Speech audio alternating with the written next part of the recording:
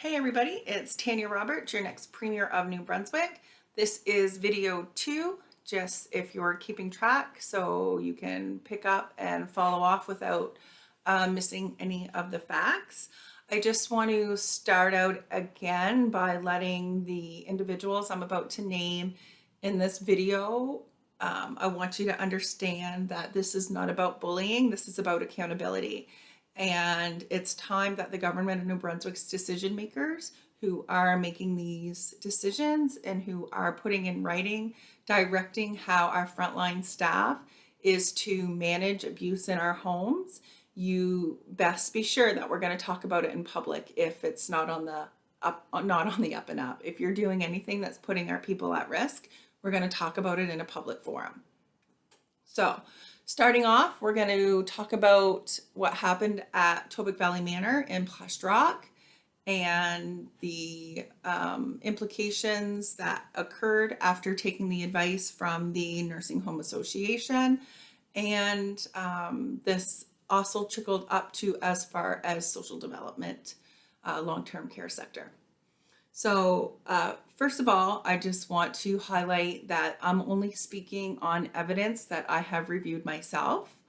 That way I'm speaking from facts, and there will be no threat of defamation as our government of New Brunswick hired lawyers like to threaten and intimidate people into silence by using that terminology. I just want you to know that I do know the legal test for defamation does include that it cannot be true. So everything that I speak has been backed up by evidence, and I can provide the evidence to support what I'm saying.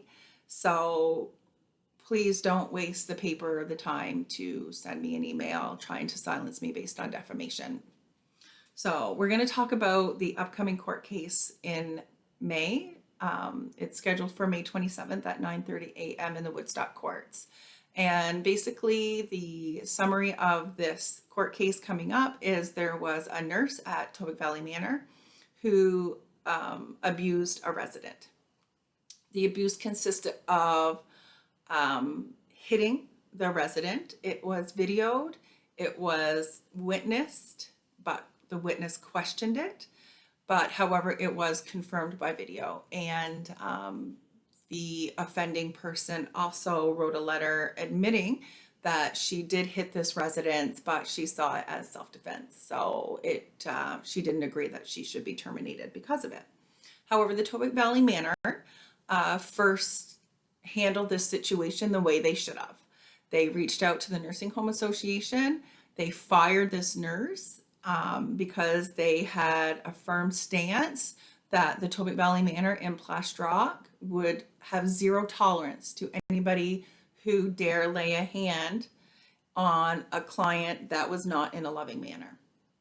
So since we do have confirmed abuse, and that is something that all parties have agreed to, there is no dispute that abuse did occur at the Tobic Valley Manor. So the director of nurse, Ms. Rosignol, took the complaint of abuse and took it to the Nursing Home Association and let them know that they were terminating this LPN. So this LPN reached out through her union members and demanded that she get paid $10,000 in her bank account for wrongful termination. So the Nursing Home Association tried to encourage Tobic Valley Manor and the board of directors to take that deal, indicating that it was more cost effective than taking it up through the arbitration process. And even though the arbitrators, and I quote, have confirmed abuse with witness statements and video, it would be more cost effective to just pay this nurse her $10,000 and allow her to go on and get work at another manor without them ever knowing why she was terminated in the first place, thus putting these lovely residents at risk of her abuse, especially when she thinks that if her abuse is justified by self-defense. That is a very, very dangerous excuse to hit a resident. And if at any time, I want to say that to all care providers, if you feel that you are at risk, you are to remove yourself from the situation. You're not to fight back and hit a resident at the night. I want to be very clear on that.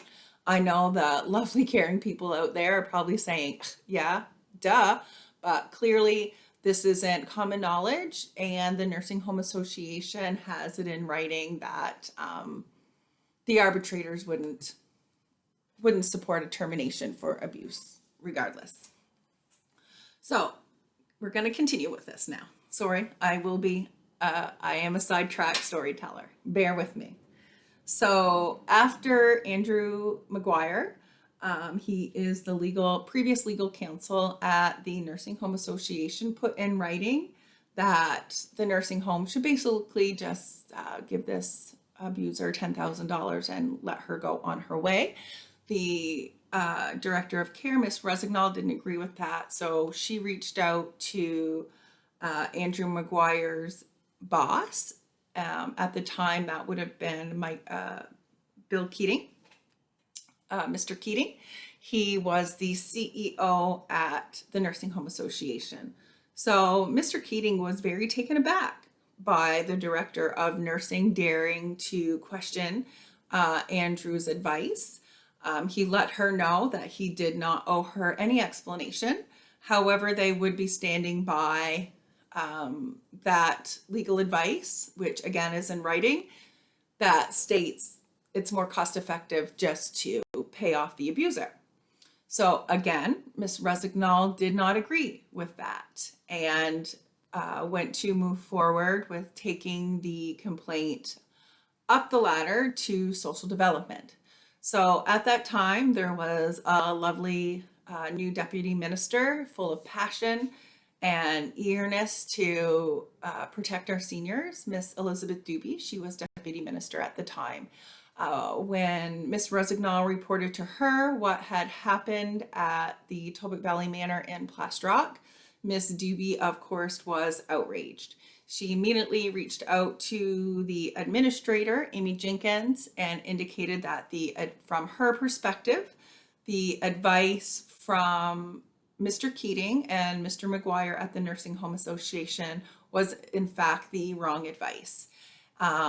Miss Doobie felt so passionate about this that she offered to absorb all the cost that Mr. McGuire kept using as an excuse not to proceed with the arbitration. So social development come in and said, you know what, we feel so strongly that you guys did the right decision. We're going to get an outside legal opinion to review the facts of the case and to see if they support that this was a good termination with cause. And she took it even a step further. She said, if this goes to arbitration, social development will absorb the cost of arbitration.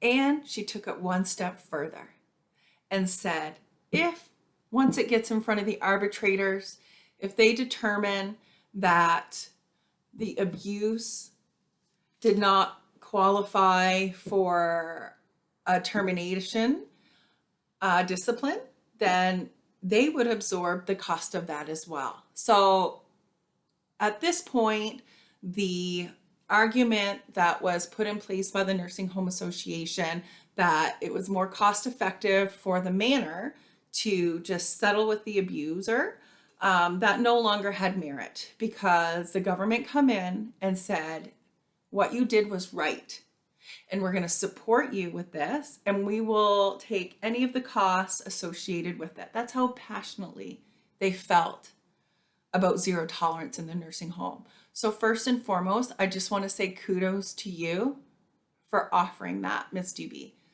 That was a step in the right direction, and I want to commend you for that.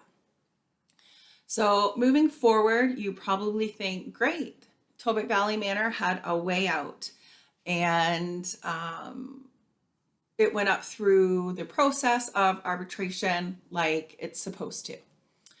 Unfortunately, that's not what happened. What happened next was the Nursing Home Association and the Board of Directors and Administrator at Tobic Valley Manor got together and had a meeting and had decided that since Ms. Resignal reported that to the social development, that she needed to be terminated for insubordination. So that occurred right before Christmas of the same year of 2021.